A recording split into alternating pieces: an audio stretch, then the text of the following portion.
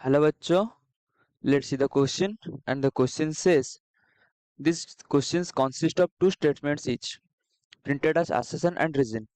While answering these questions, you are required to choose any one of the following four responses.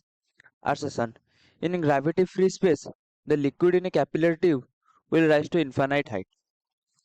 Reason: in the absence of gravity, there will be no force to prevent the rise of liquid due to surface tension. तो इसमें हमारा की concept क्या है? The key concept is force due to surface tension.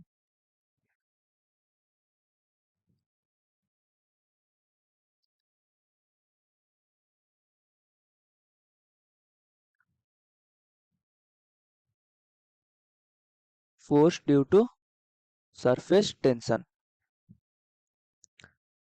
तो suppose मान लो ये एक लिक्विड बीकर है और इसमें एक कैपिलरी ट्यूब डाला गया है। लिक्विड है, इसमें कैपिलरी ट्यूब डाला गया है, तो वाटर ऑब्वियसली ऊपर को राइज करेगा due to its surface force of surface tension. मान लीजिए ये एक लिक्विड ड्रॉपलेट है, इसमें ऊपर को फोर्स ऑफ सरफेस टेंशन लगेगा जिसे हम बोलेंगे Ft, और नीचे इसका वेट लगेगा mg। तो ये लिक्विड ड्रॉप कब तक ऊपर को राइज करेगा? जब तक force of surface tension is equal to उसके वेट के बराबर हो जाएगा, तब तक ये लिक्विड राइज करेगा। लेकिन हमें क्वेश्चन में क्या दिया गया है? रीजन में इन द एब्सेंस ऑफ ग्रेविटी, मतलब g 0 हो गया।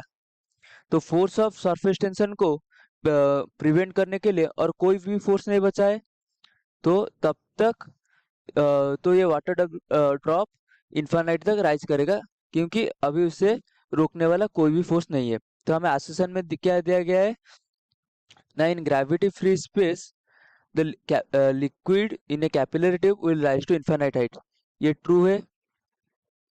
और रीजन में दिया गया है in the absence of gravity there will be no force to prevent the rise of liquid due to surface tension, ये भी हमारा क्या ठीक है। और रीजन करेक्टली आसेशन को एक्सप्लेन भी कर रहा है। तो हमारा ऑप्शन होगा A, both assertion and reason are correct and reason is the correct explanation of assertion. यही होगा हमारा answer. Hope you understand well. Thank you.